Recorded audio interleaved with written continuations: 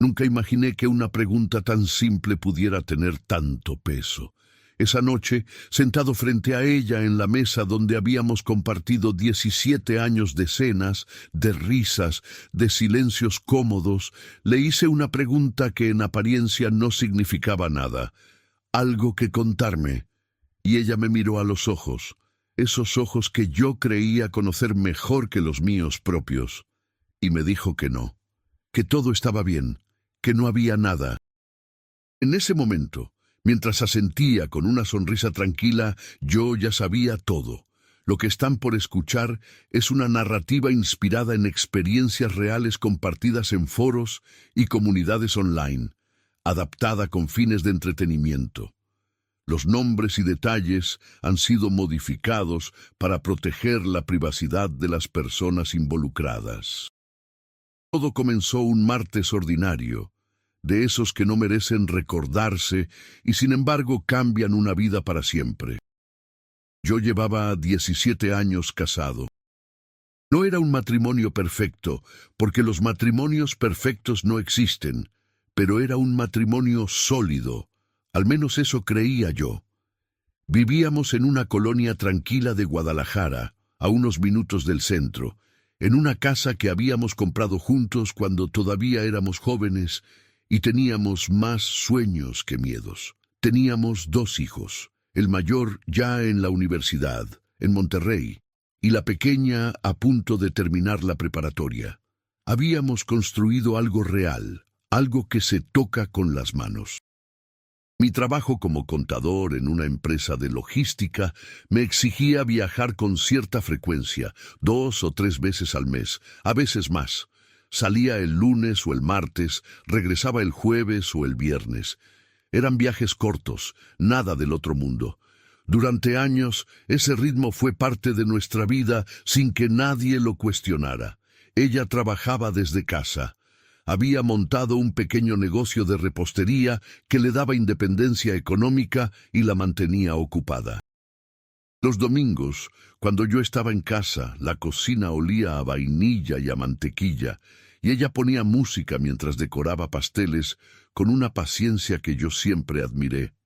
Esa imagen, ella de espaldas moviéndose entre charolas y betún, tarareando alguna canción, era mi idea del hogar. El martes en cuestión salí como siempre rumbo al aeropuerto, maleta pequeña, el portafolio con los documentos para la reunión en Ciudad de México. El vuelo era a las 7 de la mañana. Llegué al aeropuerto, hice el check-in, me tomé un café en la sala de espera y esperé el abordaje. Nunca llegué a CDMX. La reunión fue cancelada por mensaje, media hora antes del vuelo. Un contratiempo en la empresa cliente, algo de auditorías internas, nada que ver conmigo. El vuelo fue cancelado junto con la reunión, y yo, en lugar de llamar o mandar un mensaje, decidí simplemente regresar a casa. Era martes por la mañana, las 8:15. Pensé que sería una sorpresa agradable. Quizás desayunaríamos juntos antes de que ella empezara con sus pedidos del día. Tomé un taxi en el aeropuerto. Durante el trayecto, el conductor iba platicando de béisbol y yo iba mirando por la ventana sin poner atención. Guadalajara amanecía con ese cielo blanco de febrero que te hace sentir que el día aún no se decide a comenzar del todo. Llegué a la casa pasadas las 9. Abrí la puerta con mi llave, sin hacer ruido, sin llamar antes. En la entrada noté algo que no debería estar ahí, un par de zapatos de hombre. Tenis, de talla grande. Los zapatos no eran míos. Me quedé parado en la entrada tal vez 10 segundos, mirando esos zapatos como si fueran un objeto de otro planeta. El corazón me empezó a latir de una manera rara, no rápido, sino profundo, pesado, como cuando algo muy dentro de ti sabe lo que viene antes de que tu mente lo acepte. Escuché voces en la cocina. Caminé despacio. La puerta estaba entreabierta. Vi suficiente. No voy a describir lo que vi con detalle porque no hace falta. Basta con decir que ahí estaba ella, en mi cocina, en mi casa, con un hombre que yo no conocía. No estaban desayunando. Me quedé en el pasillo tal vez 3 segundos más, que se sintieron como 3 horas.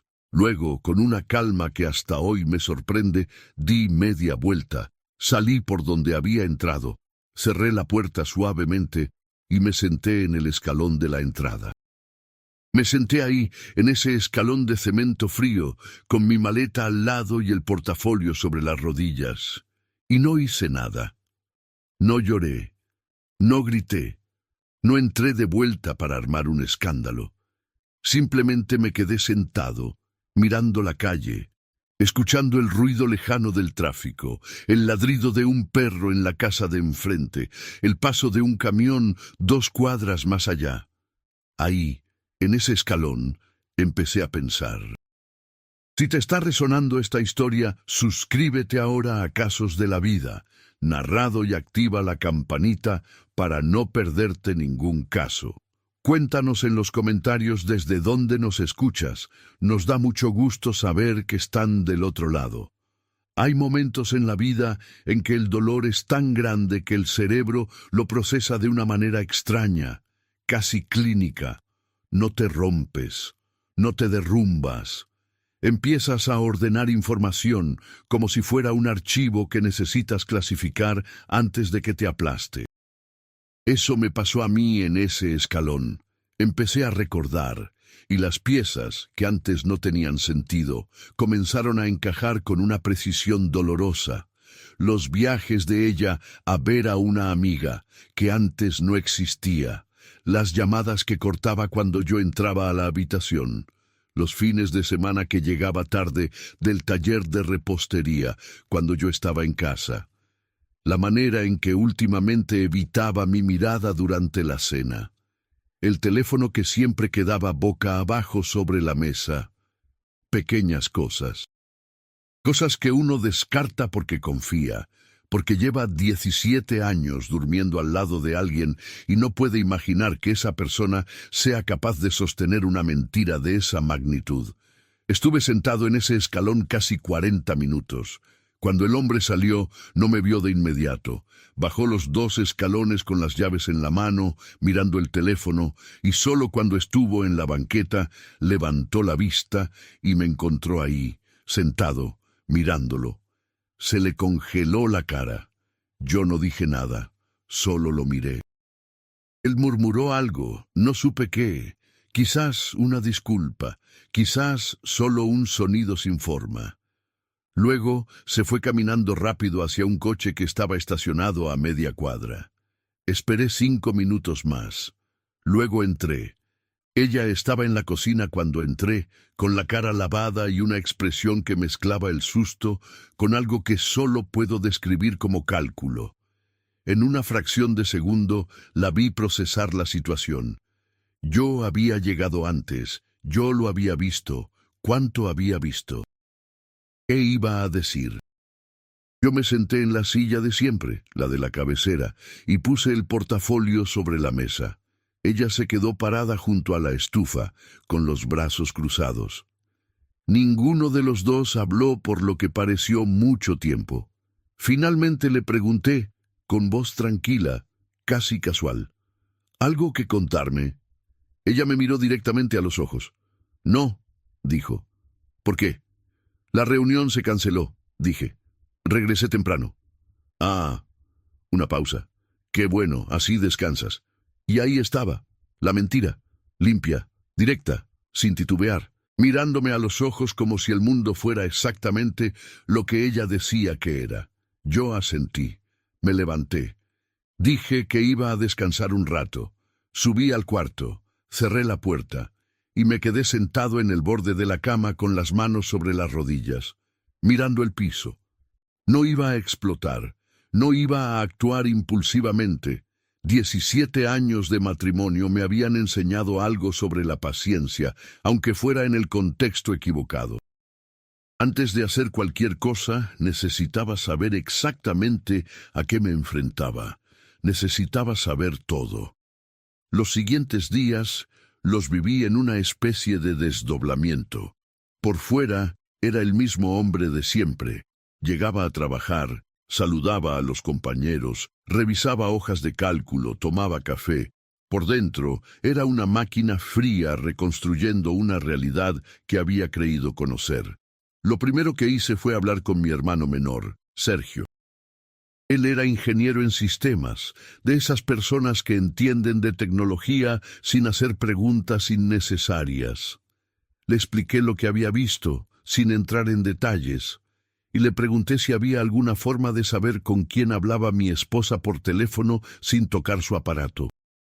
Sergio me explicó que sin acceso al teléfono era difícil, pero que la cuenta de la línea, que estaba a mi nombre porque yo pagaba el plan familiar, sí me daba derecho a solicitar el detalle de llamadas en la tienda de la operadora. Al día siguiente, durante la hora de comida, fui a la tienda más cercana con mi identificación y el número del contrato. En 20 minutos tenía en las manos 4 meses de historial de llamadas. Esa noche, con la puerta del baño cerrada con llave y el agua corriendo para no despertar sospechas, revisé el documento. Había un número que se repetía. Muchas veces, llamadas de larga duración, algunas de más de 1 hora, en horarios que yo reconocía, martes y miércoles por la tarde, cuando yo solía viajar, algunos domingos por la mañana, cuando yo salía a hacer mandados o a llevar a mi hija a sus actividades. No necesitaba más, pero quería más. Escribí el número en una hoja aparte. Luego, desde un teléfono de prepago que compré al día siguiente en una tienda de conveniencia, lo busqué. No contestó la primera vez. A la tercera llamada, contestó. Una voz de hombre, madura, tranquila. Colgué sin decir nada. No lo conocía, pero ya tenía el número, y con el número era cuestión de tiempo encontrar quién era. Sergio me ayudó con eso también, sin hacerme preguntas que yo no estaba listo para responder. En 2 días teníamos un nombre y una empresa donde trabajaba. Un hombre divorciado, 3 años menor que yo, con un negocio de distribución de materiales de construcción en Zapopan. Era real, tenía nombre y apellido, tenía una cara en LinkedIn. Guardé todo en una carpeta en mi correo, con clave que ella no conocía. Durante esas semanas, lo más difícil no fue la rabia. La rabia era manejable. Llegaba, apretaba, y yo la dejaba pasar como se deja pasar un tren que no es el tuyo. Lo más difícil fue la actuación. Cada noche comer frente a ella. Cada noche escucharla hablar de los pedidos del día, de lo que había dicho nuestra hija, del precio del azúcar refinada. Cada noche responder con monosílabos calculados, ni demasiado fríos para no levantar sospechas, ni demasiado cálidos para no sentirme cómplice de mi propia traición. Hubo noches en que me quedaba despierto mirando el techo mientras ella dormía a mi lado, y me preguntaba cuánto tiempo llevaba esto. Si los primeros años de nuestro matrimonio habían sido reales, o si había siempre una fisura que yo no había querido ver. Me pregunté si yo había fallado en algo, si había sido demasiado ausente por los viajes, demasiado distraído por el trabajo. Me pregunté si esto era en alguna medida también mi responsabilidad, y luego me respondí a mí mismo, no. La traición no se justifica, la insatisfacción se habla, se trabaja, se confronta. Lo que ella había elegido no era un reclamo ni una señal de que necesitaba algo diferente, era una decisión consciente, sostenida en el tiempo, protegida con mentiras deliberadas. Eso no es un error, es una elección. Cuando llegué a esa conclusión, algo en mí terminó de acomodarse. Ya no había preguntas sobre si yo tenía culpa, solo había claridad sobre lo que vendría después. El siguiente paso fue buscar un abogado. Un compañero del trabajo me había recomendado tiempo atrás a una licenciada especialista en Derecho Familiar, con oficina en la zona de Providencia. Pedí cita un miércoles por la mañana y llegué puntual, con la carpeta de evidencias y una libreta donde había anotado fechas, nombres y montos.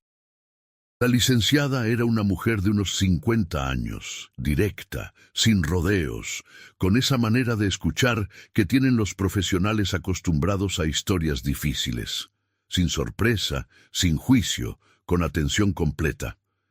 Le expliqué todo. Le mostré el detalle de llamadas, los datos del hombre, las fechas.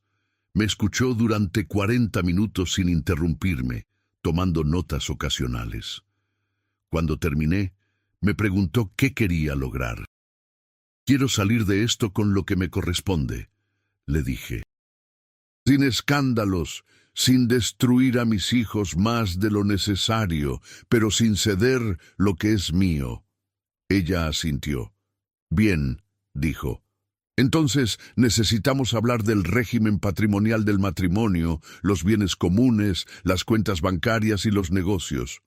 ¿Tiene acceso a todos los estados de cuenta?» No tenía todos, pero sabía dónde estaban. Pasé las siguientes 2 semanas recopilando documentos con una discreción que me habría parecido imposible antes de todo esto. Estados de cuenta, escrituras, facturas del coche, el registro del negocio de repostería, que también estaba vinculado a una cuenta que compartíamos. Todo fue a manos de la licenciada. Mientras tanto, en casa, la vida continuaba su simulacro. Ella seguía decorando pasteles, seguía poniendo música en la cocina, seguía diciéndome que todo estaba bien cada vez que yo preguntaba, de pasada, sin énfasis, si había algo de qué hablar. «No», decía. «¿Por qué preguntas tanto últimamente?» «Por nada», respondía yo. «Costumbre. Si conoces a alguien que esté pasando por algo parecido, comparte esta historia. A veces saber que no estamos solos hace toda la diferencia. Y déjanos en los comentarios qué harías tú en una situación así». El momento en que decidí actuar llegó un viernes por la noche, exactamente 5 semanas después de ese martes en que regresé sin avisar. Nuestra hija estaba con unas amigas. El mayor seguía en Monterrey. Éramos solo nosotros 2 en la casa, cenando sopa de lima que ella había preparado, porque los viernes a veces cocinaba cosas elaboradas, no sé si por costumbre o por culpa. Yo había hablado esa tarde con la licenciada. Todo estaba listo.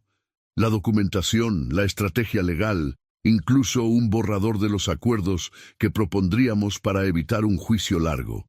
Ella me había dicho que podíamos presentar la demanda de divorcio la semana siguiente si yo lo decidía. Lo había decidido. Terminé la sopa. Doblé la servilleta, la miré. «Necesito decirte algo», dije. Ella levantó la vista del plato. «¿Qué pasó?» «Sé lo que ha estado pasando». Silencio. «No sé de qué hablas», dijo. Y ahí estaba otra vez, la misma mirada directa, el mismo tono tranquilo. La misma maquinaria de la mentira funcionando con precisión. Pero esta vez yo no iba a preguntar, esta vez iba a mostrar. Saqué el sobre manila que había preparado esa tarde, el detalle de llamadas con el número resaltado, la hoja con el nombre del hombre, la fecha exacta del martes en que lo vi salir de mi casa. Lo puse sobre la mesa frente a ella. Ella lo miró. No lo tocó. Vi como algo en su cara cambiaba, no de golpe sino despacio, como cuando una máscara que ha estado en su lugar demasiado tiempo empieza a ceder por el peso de los años. «¿Cuánto tiempo?», pregunté. No era una pregunta de enojado. Era una pregunta de alguien que necesita saber la dimensión de lo que está procesando. Ella no respondió de inmediato. Miró el sobre. Luego me miró a mí. «2 años», dijo finalmente, con una voz que yo no le había escuchado antes, sin defensas, casi opaca. 2 años. Me recosté en el respaldo de la silla. 2 años de lunes y martes y miércoles. 2 años de todo bien. ¿Y por qué preguntas? Y descansa, que mañana madrugamos. 2 años mirándome a los ojos. ¿Lo amas? Otra pausa larga. «No lo sé», dijo. Que no lo supiera me dolió más que si hubiera dicho que sí. «El lunes viene el licenciado», dije. «Hay papeles que firmar». ¿Ya fuiste con un abogado? Hace 5 semanas. Ella me miró con una expresión que era difícil de leer. No era sorpresa exactamente, era algo parecido al reconocimiento, como cuando alguien entiende que el juego terminó sin que nadie lo declarara. ¿Y mis hijos?, preguntó. Son nuestros hijos, respondí. Y van a estar bien porque voy a asegurarme de que estén bien. Eso no lo voy a negociar contigo, lo voy a garantizar yo. Me levanté, llevé el plato al fregadero. Esa noche dormí en el cuarto de huéspedes, y por primera vez en 5 semanas, dormí de corrido hasta el amanecer. Lo que vino después no fue rápido ni sencillo. Los procesos legales nunca lo son, y nadie que te diga lo contrario te está siendo honesto. Hubo conversaciones difíciles, las hubo con ella, con los abogados, con mis hijos. La más difícil fue con mi hija, que en ese momento tenía 17 años y que entendió más de lo que yo hubiera querido que entendiera. Mi hijo mayor lo tomó con esa austeridad de los jóvenes que intentan ser adultos antes de tiempo.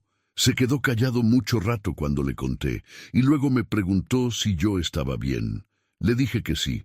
Me preguntó si era verdad. Le dije que lo estaba haciendo. Ella quiso hablar conmigo varias veces durante el proceso. Me pidió que lo pensáramos, que fuéramos a terapia de pareja, que le diera tiempo.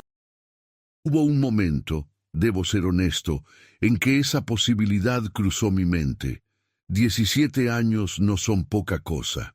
La vida que habíamos construido juntos no era poca cosa. Pero luego recordaba esa noche en la mesa, el sobre Manila entre los dos, y la pregunta que le hice, ¿lo amas?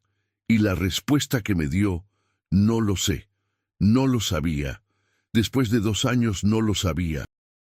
Eso me dijo todo lo que necesitaba saber sobre dónde estaba su corazón y hacia dónde miraba su vida. Yo no iba a ser el plan de contingencia de nadie, no a los 52 años, no después de 17. El proceso de divorcio tomó 8 meses. No fue combativo, porque yo no quería un juicio largo y desgastante, y porque la licenciada había hecho un trabajo impecable preparando la documentación. Llegamos a acuerdos sobre la casa, sobre el negocio de repostería, sobre las cuentas. Fue justo, en la medida en que la justicia existe en esas situaciones. La casa la vendimos. Cada quien tomó su parte. Ella se fue a vivir a un departamento en otra colonia. Yo renté un lugar pequeño pero tranquilo, cerca de donde vivía mi hija, para que las visitas fueran fáciles. El hombre de los zapatos, el del número resaltado en el detalle de llamadas, desapareció del panorama a los pocos meses. No sé los detalles y tampoco me importan. Lo que sí supe, por comentarios de personas en común, es que ella no terminó con él, sino que él terminó con ella, cuando las cosas se complicaron. Esas historias suelen tener ese final. No sentí satisfacción cuando lo supe, o tal vez sí sentí algo, pero fue breve y luego se fue. Porque la vida no se trata de que al otro le vaya mal, se trata de que a uno le vaya bien. Hay algo que no esperaba de este proceso: la claridad. Cuando uno vive dentro de una mentira, incluso sin saberlo, hay una especie de ruido constante, algo que no termina de acomodarse, una tensión que uno atribuye al trabajo, al cansancio, a la edad. Uno se acostumbra a ese ruido como se acostumbra a los coches en la calle o al zumbido del refrigerador. Cuando la mentira desapareció, desapareció el ruido. No digo que los primeros meses fueran fáciles, no lo fueron.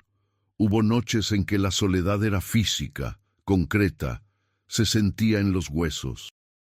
Hubo mañanas en que despertar en ese cuarto rentado con las paredes vacías era un golpe pequeño pero real. Hubo momentos en que la rabia volvía, no como tormenta, sino como rescoldo, silenciosa y persistente.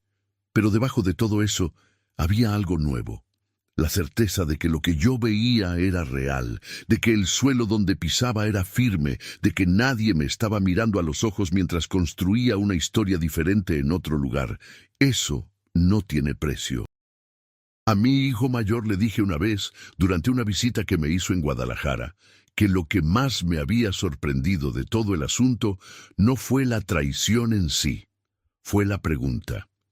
Él me miró sin entender. Le expliqué. La noche que le mostré todo, le pregunté si lo amaba, y no supo responderme. Mi hijo se quedó callado un momento. ¿Y eso qué te dijo, papá? Que yo sí sé lo que quiero, respondí, y que vale la pena esperar a alguien que también lo sepa. Él asintió despacio, con esa seriedad de los 21 años, que a veces esconde más sabiduría de la que uno espera. «Órale, papá», dijo simplemente, y me pareció suficiente. Han pasado 2 años desde aquella mañana en el escalón. 2 años desde los zapatos de otro hombre en mi entrada, desde el sobre Manila sobre la mesa, desde la pregunta y la no respuesta. Hoy vivo solo, en un departamento que ya no se siente ajeno, con plantas en el balcón y un proyecto de trabajo que me tiene ocupado y satisfecho. Salgo con mis hijos cuando puedo. A veces me junto con Sergio a ver el partido. A veces cocino para mí. Y me sorprende descubrir que disfruto ese silencio que antes me habría parecido vacío. No tengo prisa. He aprendido que la dignidad no es ruidosa. No llega con escándalo ni con venganza espectacular. Llega despacio, en las decisiones pequeñas, en no ceder lo que te pertenece, en no fingir que algo está bien cuando no lo está, en no aceptar una mirada a los ojos que oculta una mentira.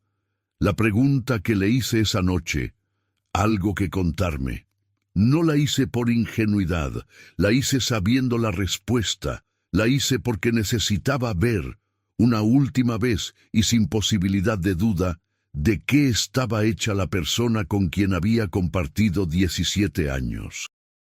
Lo que vi me dolió, claro que me dolió, pero también me liberó, porque hay preguntas que no se hacen para recibir la respuesta correcta, se hacen para confirmar que uno ya sabe la verdad y que está listo para actuar en consecuencia. Así es la vida, lo que se siembra, se cosecha, y yo, después de todo lo que pasó, elegí sembrar honestidad, aunque fuera a solas.